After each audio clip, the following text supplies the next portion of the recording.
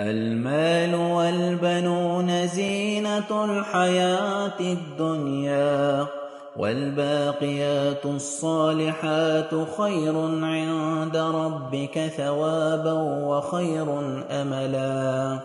ويوم نسير الجبال وترى الأرض بارزة وحشرناهم فلم نغادر منهم أحدا، وعرضوا على ربك صفا لقد جئتمونا كما خلقناكم أول مرة بل زعمتم أن لن نجعل لكم موعدا.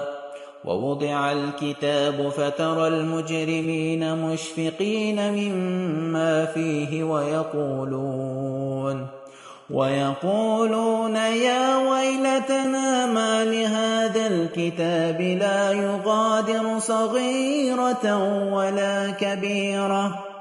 ولا كبيرة إلا أحصاها ووجدوا ما عملوا حاضرا ولا يظلم ربك أحدا.